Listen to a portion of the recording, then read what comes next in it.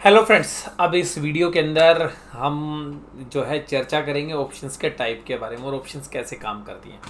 तो देखिएगा, इससे पहली वाली जो तीसरी वाली वीडियो थी उसमें मैंने आपके साथ चर्चा की कि ऑप्शंस किस तरीके से होती हैं, कॉल ऑप्शंस या पुट ऑप्शंस, और कैसे ऑप्शंस काम करती हैं। अब बात करेंगे कि कॉल ऑप्शंस और पुट ऑप्शंस के बारे में आपके साथ डिटेल में चर्चा कर ली जाए। तो देखिएगा, सबसे पहली बात ये है कि यहाँ पर अगर हम जब चर्चा करें आपके साथ, तो सबसे पहली बात है, जो कॉल ऑप्शंस का बायर होता है वो राइट टू बाय करता है। Right to buy share, index और commodity at a specified price, जिसको हम बोलते हैं स्ट्राइक प्राइस। तो जितने स्ट्राइक प्राइस का पे उसने शेयर खरीदना है, इंडेक्स खरीदना है, उसके हिसाब से ही उसने प्रीमियम पे किया होगा। अगर कॉल ऑप्शंस का बायर तेजी करता है और अगर वो निचले भाव पर शेयर्स को खरीदना चाहता है तो उसको ज़्यादा प्रीमियम देना पड़ेगा।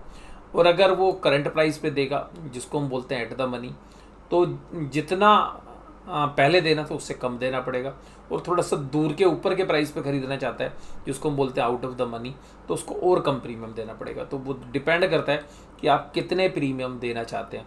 अगर आप ज़्यादा प्रीमियम दे रहे हैं तो इसका मतलब है कि आपको शेयर भी या इंडेक्स भी सस्ते भाव पर मिलेगा। अगर आप उससे थोड़ा सा कम देना चाहते हैं तो आपको थोड़ा सा महंगा शेयर खरीदने का स्ट्राइक प्राइस लेना पड़ेगा। और अगर आप थोड़ा सा ही प्रीमियम देना चाहते हैं तो आपको और थोड़ा सा महंगे प्राइस पर शेयर खरीदने का राइट मिलेगा। तो डिपेंड करता है कि आप राइट कितना लेते हैं। तो सिंपल सी बात यह है कि आप जितनी ज़्यादा सेफ्टी लेंगे उतना ज़्यादा आपको प्रीमियम देना पड़ेगा। तो कॉल राइटर के बायर को प्रीमियम लेना पड़ता है और क्या खरीदता है, राइट टू बाय। इसी तरीके से पुट का जो बायर है, यानी कि पुट ऑप्शंस के जो बायर्स होते हैं, वो क्या खरीदते हैं, राइट टू सेल। अपना शेयर, अगर मान लीजिएगा रिलायंस का शेयर आपको 1500 रुपये में बेचने का प्रॉमिस चाहिए, जबकि करंट प्राइस मान लेते हैं कि 1400 रुपये चल रहा है, और अगर 1400 रुपये में बेचने का राइट चाहिए, 1300 रुपये में बेचने का राइट चाहिए, करंट भाव अगर 1500 रुपये का चल रहा है, 1400 रुपये चल रहा है, और आप कहते हैं जी मैं तो 1500 रुपये में बेचने के लिए तैयार हूँ, 1500 रुपये में जो है मेरा कोई शेयर खरीद ले, भाव तो 1400 को चल रहा है, तो अल्टीमेटली प्रीमियम मान लीजिएगा 130 रुपये देना पड़ेगा, मान लेते हैं। क्योंकि अगर 1400 का भाव चल रहा है तो कोई 1500 रुपये में क्यों खरीदेगा। तो आप ये राइट ले रहे हैं तो आप 130 रुपये में ये पुट खरीद रहे हैं कि भाई मेरा कोई भी शेयर 1500 रुपये में खरीदेगा। तो उस व्यक्ति को भी पता है चलो 100 रुपये तो मुझे पता भाव का ही फ़र्क है और 30 रुपये मेरे पास एक्स्ट्रा है, तो अल्टीमेटली जो ऑप्शन का सेलर है वो 130 रुपये में बेच देगा।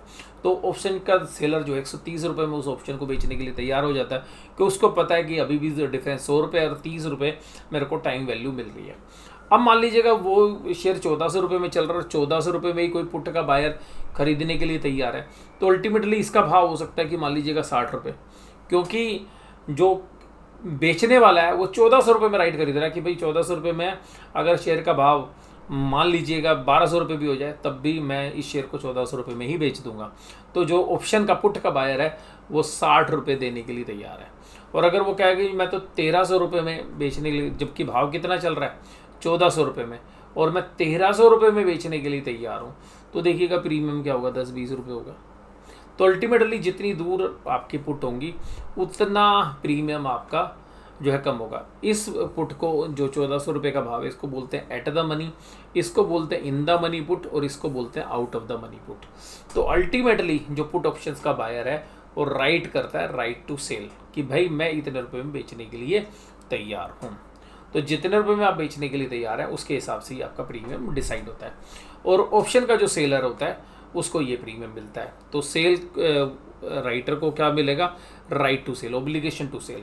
अब यहाँ पर जब ओब्लिगेशन टू सेल करेंगे आप कॉल ऑप्शंस के बायर, तो शेयर का भाव कितना भी हो जाए तो आपने तो एक बार प्रीमियम ले लिया।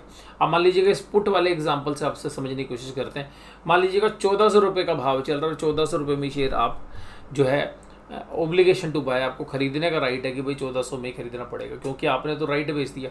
अब मान लीजिएगा शेयर का भाव हो जाता है 1300 रुपये, तो आपको ये शेयर 1400 रुपये में ही खरीदना पड़ेगा स्पेसिफाइड डेट पे, तो आपको 40 रुपये का नुकसान हो जाएगा ऑप्शन सेलर को। लेकिन अगर शेयर का भाव 1400 रुपये ही रह जाता है तो अल्टीमेटली जो 60 रुपये आए थे वो ऑप्शन सेलर की जेब में आ जाएंगे और उसकी जेब से कुछ नहीं जाएगा। अगर शेयर का भाव 1500 रुपये हो गया तो अल्टीमेटली जो ऑप्शन का जो बायर है वो 1400 रुपये में बेचने के लिए तो तैयार होगा नहीं। जो पुट ऑप्शन का जो बायर है उसने राइट टू सेल लिखा था 1400 रुपये में, अगर भाव 1500 हो गया तो वो मुझे 1400 रुपये में क्यों बेचेगा, तो अल्टीमेटली 60 रुपये मेरे हो गए। तो पुट ऑप्शन के सेलर को प्रॉफिट तभी होगा जब भाव 1400 रुपये या उसके ऊपर हो जाए, और 60 रुपये उसने ऑलरेडी ले रखे हैं, तो 1340 तक उसको कोई लॉस नहीं होगा, क्योंकि 1400 में से 60 रुपये तक का तो उसने प्रोटेक्शन ले ही रखा है। तो 1340 के नीचे अगर शेयर का भाव जाएगा तो ही पुट ऑप्शन के सेलर को लॉस होगा। और पुट ऑप्शन का जो बायर है वो इस तरीके के कॉन्ट्रैक्ट क्यों लेता है, क्योंकि जिनके पास ऑलरेडी शेयर्स रखे होते हैं वो इस तरीके के कॉन्ट्रैक्ट लेते हैं कि भाई मेरा शेयर्स का भाव टूट ना जाए, इसलिए मैं राइट खरीद लेता हूँ, राइट टू सेल। और इस तरीके के जो ऑप्शंस के जो बायर होते हैं पुट ऑप्शंस, जनरली वो लोग पुट खरीदते हैं जिनके पास ऑलरेडी शेयर्स होता है, या जो स्पेकुलेशन करते हैं अपनी पोजीशंस को हेज करने के लिए अगर खरीदते हैं क्योंकि शेयर्स उनके पास हैं कि भाई शेयर का भाव टूट ना जाए, तो इसलिए ये पुट ऑप्शंस के बायर पुट को खरीदते हैं।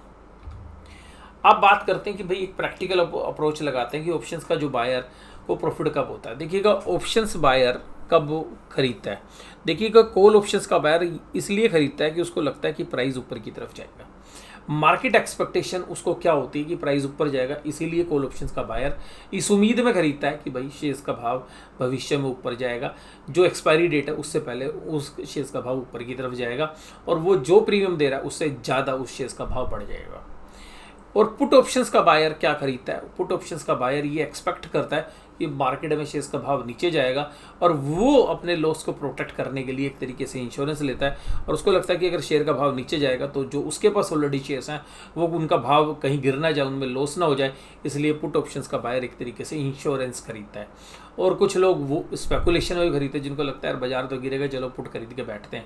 जैसे मान लीजिएगा वॉर लाइक सिचुएशंस होती हैं, या जैसे टैरिफ लाइक कंडीशंस हुई थी जब ट्रंप ने अनाउंस किया था, तो लोगों को लगा था कि भाई ट्रंप बहुत ज़्यादा टैरिफ बढ़ा देगा, चलो पुट खरीद के बैठ जाते हैं। तो ऐसे जो ऑप्शंस के बायर जो होते हैं, तो कॉल ऑप्शंस के बायर हमेशा तेज़ी की उम्मीद करते हैं, पुट ऑप्शंस के बायर को लगता है कि नीचे जाएगा। अब देखिएगा जो कॉल बेचने वाला है उसको क्या लगता है, उसको लगता है मंदी है, तो कॉल ऑप्शन बेचना मंदी की निशानी है। कॉल ऑप्शन बेचने वालों को लगता है या तो भाव बढ़ेगा नहीं या मंदी होएगी, तो अल्टीमेटली कॉल ऑप्शंस के बायर को प्रॉफिट होता है भाव वहीं का वहीं रह जाए, सेम रह जाए, या कॉल ऑप्शंस के सेलर को प्रॉफिट होता है कि जब भाव वहीं रह जाए और अगर ये भाव नीचे की तरफ चला जाए। तो दो चीज़ें कॉल ऑप्शंस के सेलर के पास पॉजिटिव है, भाव ना बढ़े तो भी उसको प्रॉफिट होगा, भाव नीचे आ जाए तो भी उसको प्रॉफिट होगा। और पुट ऑप्शंस के सेलर को क्या लगता है, पुट ऑप्शन के सेलर को लगता है कि या तो प्राइस वहीं रह जाए या प्राइस ऊपर की तरफ हो जाए, अगर प्राइस गिरा नहीं तो मेरे को प्रॉफिट हो जाएगा। तो मार्केट एक्सपेक्टेशन क्या आता है, प्राइस विल स्टे और द सेम और फॉल, ये कॉल ऑप्शंस के जो सेलर होता है उनके लिए होता है, और मार्केट एक्सपेक्टेशन पुट ऑप्शन के सेलर के लिए होता है price will stay the same और राइज, या तो प्राइस बढ़ेगा या प्राइस सेम रहेगा। तो पुट ऑप्शंस का बेचने वाला तेजी करता है, ये क्या होते हैं, एक तरीके से बुल वाली पोजीशंस होती है। यहाँ पर कॉल का बायर भी बुल वाली पोजीशंस में होता है, लेकिन ये जो बुल की पोजीशंस होती है ये लिमिटेड रिस्क के साथ होती है। इसमें क्या होता है, लिमिटेड रिस्क होता है, लिमिटेड रिस्क होता है क्योंकि बुल है, लेकिन ये पुट बेचकर पैसा कमा रहा है, इसमें प्रीमियम तो मिलता है लेकिन अनलिमिटेड रिस्क है, अनलिमिटेड रिस्क है। और यही जो है लोग समझाते हैं कि अनलिमिटेड रिस्क है, इसलिए जो है ऑप्शंस बेच के नहीं चलनी चाहिए।